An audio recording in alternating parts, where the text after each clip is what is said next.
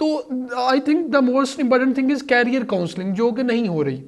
और Yes. उसके साथ जो हमारे मेजर इश्यूज हैं, जैसे आपने डिस्कस किया, वो अनइक्वल एजुकेशन है, वो चाइल्ड लेबर है, उसके अलावा अग्रेशन है, डिप्रेशन है, फ्रस्ट्रेशन है, media effects, there are lot of issues. तो अगर हम इस चीज़ पे अगर आप डिस्कशन करें, जो कैरियर काउंसलिंग है वो किस कदर हम मिस कर रहे हैं, या उसकी क्या अहमियत है किसी भी पाकिस्तानी यूथ के हवाले से। और दूसरी चीज़ ये कि ये जो अग्रेशन, फ्रस्ट्रेशन और ये जो मीडिया के इफेक्ट्स हैं किसी भी स्टूडेंट पे, यूथ पे, वो यूथ उससे मेंटेन नहीं कर पा रही और आगे नहीं बढ़ पा रही, उसके नेगेटिव इम्पैक्ट्स हो रहे हैं। तो इसे आप कैसे देखते हैं?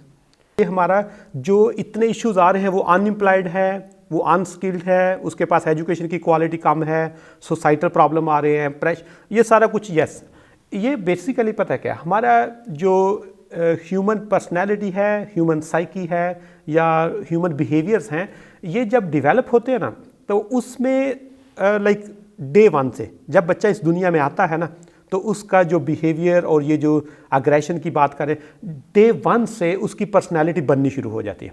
और उसकी पहले दिन, जो कहते हैं माँ पहली यूनिवर्सिटी होती है, हमारे पास फीमेल ज़्यादा अनएजुकेटेड है, तो माँ उसको प्रॉपर ट्रेन नहीं कर पाती, वहाँ से पहले दिन बच्चे की जो ग्रोथ है उसमें थोड़ा सा प्रॉब्लम आ जाता है। दूसरे नंबर पर जब बच्चा अपने पेरेंट्स से निकल के स्कूल की तरफ आता है ना, तो रास्ते में सोसाइटी आ जाती है। हमारी सोसाइटी का जो बता रहा हूँ, हमारे बिहेवियर ही ऐसे हैं कि हमारी प्रायोरिटी कुछ और है, हमारे ऑब्जेक्टिव कुछ और है, they are misaligned, there is a gap. अब उस गैप की वजह से वो जब सोसाइटी में आता है ना, तो सोसाइटी अनपढ़ है बेचारी ज़्यादा, ठीक है, वो वहाँ से कोई बहुत ज़्यादा सीख नहीं पाता। तीसरी चीज़, जब वो वहाँ से निकल के ना तो स्कूल में पहुँच जाता है, तो स्कूल में जो आपको मैंने बताया कि जो हमारा करिकुलम है, जब पहले दिन जब बच्चा आता है ना, तो यार प्ले क्लास या नर्सरी क्लास या केजी क्लास में ही बच्चे को मार्क्स की गेम में ले आया जाता है कि तुम्हारे 99% है और तुम्हारे 98% है। अब 98% मार्क्स वाले बच्चे को, पेरेंट्स को भी नहीं पता कि बच्चे को हमने अप्रिशिएट करना है, वो भी कह रहे हैं बेटा तुम्हारे 98% है, ये रिजल्ट अच्छा नहीं है, नेक्स्ट टाइम तुमने एफर्ट करनी है। अब बच्चा 98 पे क्या बेचारा करे, ठीक है, वहाँ पर स्कूल में वो थोड़ा सा उस बेचारे के साथ प्रॉब्लम आ जाता है। फिर जिस वक्त वहाँ से निकल के दोस्तों में बैठता है ना, ये सारे जो हैं ये आपकी पर्सनैलिटी में रोल प्ले करते हैं। पेरेंट्स होते हैं, सोसाइटी होती है, आपका इंस्टीट्यूट होता है, फिर इसके बाद जब एक बहुत बड़ा इस वक्त जो स्पेशली 21st सेंचुरी में मीडिया एक बहुत बड़ा रोल प्ले करता है।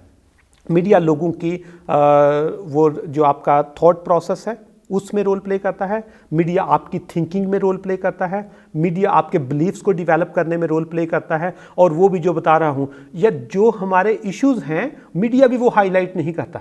इस वक्त कोविड में अनएम्प्लॉयमेंट लोगों का मसला है, इन्फ्लेशन मसला है, हमारे पास यूथ है, यंग लोग हैं, यंग लोगों पे बात होनी चाहिए, लेकिन आप मीडिया पे जब भी जाएंगे मोर देन 90% डिस्कशन पता है किस पे होगी, पॉलिटिकल डिस्कशन हो रही होगी, ठीक है। अब पॉलिटिकल डिस्कशन की हमें यार उसने एम्प्लॉयमेंट नहीं देनी, ठीक है। और यहाँ पे लोग मीडिया पे जो पॉलिटिकल डिस्कशन होती है वहाँ पर ये नहीं होती हमारी डेवलपमेंट कैसे होगी, लोग उसको पॉलिटिक्स को as a source of entertainment लेते हैं कि चाय पी रहे साथ थोड़ी सी पॉलिटिक्स देखते हैं, वहाँ पर दो पॉलिटिशियन बैठे होते हैं और एक दूसरे के साथ वो तूफान बदतमीज़ी चल रहा होता है, और वो जो बदतमीज़ी होती है वो बच्चे साथ छोटे छोटे बच्चे बैठ के देख रहे होते हैं, वो ऑब्जर्व कर रहे हैं, अच्छा ऐसे बात करने, और नेक्स्ट गली में जाके वो भी ऐसे ही बात करेगा। तो ये हमारा जो प्रायोरिटीज़ हैं उनको हमें रीएडजस्ट करना होगा कि भाई हम इनको किधर लेके जा रहे हैं। अब इसके बाद जो दूसरा सर आपने कहा कि यस, इसके बाद कि ये सारे जो रोल प्ले करता है, जिसमें बताया माँ इतनी पढ़ी लिखी नहीं, पेरेंटल गाइड का कॉन्सेप्ट नहीं, स्कूल में उनको वो एक्सपोजर और प्रोफेशनलिज्म की बजाय एक वो मार्क्स की जंग में शामिल किया जा रहा है। फिर आगे करिकुलम जो है वो जो क्लासरूम में है और जो सोसाइटी है उसका कोई लिंक नहीं है। इन सब के बाद जिस वक्त बच्चा आगे आता है ना कि वो जॉब मार्केट में जा रहा है, तो वो जब पढ़ता है, एक्सपेंस करता है एजुकेशन पे, उसके अंदर कुछ ख्वाब होते हैं कि मैं पढ़ूंगा तो मेरे पास बड़ी गाड़ी होगी, मेरी इतनी इनकम होगी, मेरा बड़ा मकान होगा, मेरी ये क्वालिटी ऑफ लाइफ होगी, वो बड़े ख्वाब देखना शुरू करता है। और जब उस तरह की एजुकेशन लेके, उस तरह की स्किल लेके वो फील्ड में जाता है तो उसको कोई हाथ भी नहीं लगाता, और जब वो कोई हाथ नहीं लगाता तो फिर उसके बाद अग्रेशन शुरू होता है, उसके बाद डिप्रेशन शुरू होता है, उसके पास साइकोलॉजिकल जो प्रेशर्स हैं वो बढ़ने शुरू हो जाते हैं। अब साइकोलॉजिकल प्रेशर क्या करते हैं कि आपका हर वक्त यहाँ पर जो वो प्रेशर है ना, वो ऐसा है कि आप उसको गेज भी नहीं कर पा रहे, आपको पता भी ये नहीं कि क्या हो रहा है। और इसका सिंपल था, मैं आउटकम बता रहा हूँ आपको, कि आप पिछले 2 साल में कंपेयर करें, आपकी जो सडन डेथ होती थी लोगों की, चलते हुए अचानक कोई प्रॉब्लम आ गया, वो 60 ईयर्स के बाद होती थी। इस वक्त पाकिस्तान में वो 40 प्लस में होनी शुरू हो गई है। 40 प्लस में क्यों हो रही हैं? क्योंकि लोगों पे इकोनॉमिक प्रेशर इतने ज़्यादा हो चुके हैं कि वो उनसे मैनेज नहीं हो पा रहे, और उस मैनेज ना करने में एक बहुत बड़ा रोल जो है वो जो बताया डिपेंडेंसी रेशो, कि हमारे एक बंदे पे 7 बंदे डिपेंड करते हैं। जब 7 बंदों को कोई भी प्रॉब्लम है, वो सारे का सारा प्रेशर एक पे आ रहा है, और जब एक जो है वो इतना उस पर वजन डालेंगे कि वो जब स्टक हो जाएगा ना, वो बैठ जाएगा, तो एक नहीं बैठा, 7 बैठ के। इसलिए डेवलपिंग कंट्री में हमारी डिपेंडेंसी रेशियो की वजह से, लो क्वालिटी एजुकेशन की वजह से, अनएम्प्लॉयमेंट की वजह से, ये जो प्रेशर, ये सारा ना एक वो मिक्सचर बना हुआ है, और हमें समझ नहीं आ रही इसमें से वो जिस तरह नहीं होती कि पूरे का पूरा मामला ही उलझ चुका हुआ है, एक तार नहीं खराब, पूरा मामला उलझा हुआ है। और इसके लिए हमें एक एक्टिव लीडरशिप की ज़रूरत होगी, जो आपकी जो यूथ है, जो आपकी कंट्री है, उसको एक राइट डायरेक्शन पे चला के, क्योंकि दुनिया इस वक्त, हम अभी भी रोटी कपड़ा और मकान में स्टक हैं। दुनिया इस वक्त सस्टेनेबल डेवलपमेंट की बात करते हैं, लोग यकीन को जेंडर इक्वालिटी की बात करते हैं, लोग क्वालिटी एजुकेशन को छोड़ चुके हैं, लोग इंक्लूसिव एजुकेशन की बात करते हैं, लोग जॉब की बात नहीं करते, लोग एग्जैक्टिव वर्किंग इन्वायरमेंट और वर्किंग कंडीशन की बात करते हैं। ठीक है, लोग यहाँ पर ये नहीं बात करते कि यहाँ पर आपको सांस कैसा मिल रहा है, लोग यकीन करो वहाँ पे बात करते हैं कि साफ़ पानी की बात करते हैं, साफ़ हवा की बात करते हैं, और वो क्या कहते हैं, फिशरीज़ की बात करते हैं कि फिशरीज़ को कैसा इन्वायरमेंट देना है। तो इसलिए हमें भी उनके साथ स्पीड अप करके उसको फॉलो करना, अदरवाइज़ हमारे और उनमें एक ह्यूज गैप जो है वो जनरेट हो रहा है। डॉक्टर साहब, अगर हम पाकिस्तानी यूथ के पोटेंशियल की बात करें, क्योंकि वो 60 प्लस है यूथ है, तो उसको किस तरह फिर यूटिलाइज करके हम सोसाइटी को इन्हेंस कर सकते हैं, जो सोसाइटी में फ्लॉज हैं उसे हम चेंज कर सकते हैं और उसकी बेटरमेंट के लिए काम कर सकते हैं? जी यस, पाकिस्तानी जो यूथ है, yes they have the potential, बल्कि पूरी दुनिया में यूथ का पोटेंशियल होता है। यूथ के पास पहले नंबर पे स्किल हो सकती है, यूथ ज़्यादा इनोवेटिव होती है।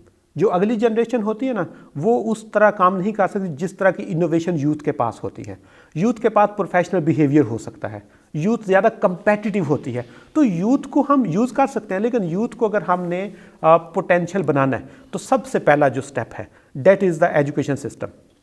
हमें अपना एजुकेशन सिस्टम इंटरनेशनल स्टैंडर्ड के मुताबिक एडजस्ट करना होगा, ताकि हमारा जो बंदा है ये सिर्फ पाकिस्तान की मार्केट में नहीं, ये इंटरनेशनल मार्केट में भी जाके compete कर सके। सबसे पहले हमें एजुकेशन पे फोकस करना होगा, और वो एजुकेशन प्राइमरी से शुरू होके फिर हम हायर एजुकेशन की तरफ जाएंगे, नंबर 1। और दूसरे नंबर पर जो यूथ है, इसकी जो हेल्थ के इश्यूज़ हैं वो बड़े सीवियर हैं, कि यूथ को पता ही नहीं कि हमने ये लाइक आजकल अगर टेक्नोलॉजी का दौर है तो आप देखें लोगों की हेल्थ वीक हो रही है। हर बंदे को पता ही नहीं कि मैं अपनी सेहत को कैसे बेहतर कर सकता हूँ। उसका जिसको हम कहते हैं ना लाइफस्टाइल ही पिछले 10 साल से चेंज हो चुका है, और ये जो लाइफस्टाइल है ये हमारे जो प्रॉब्लम्स में एक इजाफा करता जा रहा है। और इस लाइफस्टाइल में सिंपल था, मैं अगर आपको कंपेयर करके दूं कि आज से 20 साल पहले घर में 6 लोग होते थे ना, तो 6 के 6 कोई ना कोई इकोनॉमिक एक्टिविटी करते थे, कोई ना कोई उनकी, वो डेरे पे काम कर रहा है, वो शॉप पे कर रहा है, वो फार्म पे कर रहा है, वो फैक्ट्री में कर रहा है, या वो घर की कोई एक्टिविटीज़ हैं। हर बंदा कुछ ना कुछ इकोनॉमिक एक्टिविटी या फिजिकल एक्टिविटी में इन्वॉल्व है। आज क्या हो रहा है, जिसके पास वो मोबाइल पकड़ा हुआ है और वो बैठ के बस उस पे ही काम कर रहा है और सारी सारी रात मोबाइल देखता है, जिसकी वजह से उसके प्रेशर बढ़ते हैं। दूसरे नंबर पर जो मोबाइल का एक बहुत बड़ा प्रॉब्लम है ना, कि साइकोलॉजिकल प्रेशर को लेके आ रहा है। आप कभी ना फेसबुक पे हैं या कोई भी सोशल मीडिया यूज़ करते हैं, आप उस पर देखिएगा, आपने लॉगिन हुए, आपने देखा कि वहाँ पर सबसे पहले एक वो दोस्त ने एक कोई गाना शेयर किया हुआ है, आपने वो गाना थोड़ा सा सुना, आपका माइंड एक उस तरफ डाइवर्ट हुआ। थोड़ा सा आगे जाते हैं ना, तो एक दोस्त ने एक पोस्ट लगाई हुई है कि मेरे नाना अबू की डेथ हो गई है, उसने नाना अबू की वो फ़ोटो लगाई हुई है। अब देख एकदम से माइंड गाने से ट्रांसफ़र होके एकदम से वो चला जाएगा डेथ वाले पे, और वो परेशानी वाला इन्वायरमेंट हो जाएगा। थोड़ा सा आगे गए तो एक बंदे ने एक पॉलिटिकल लीडर की स्टेटमेंट लगाई हुई है।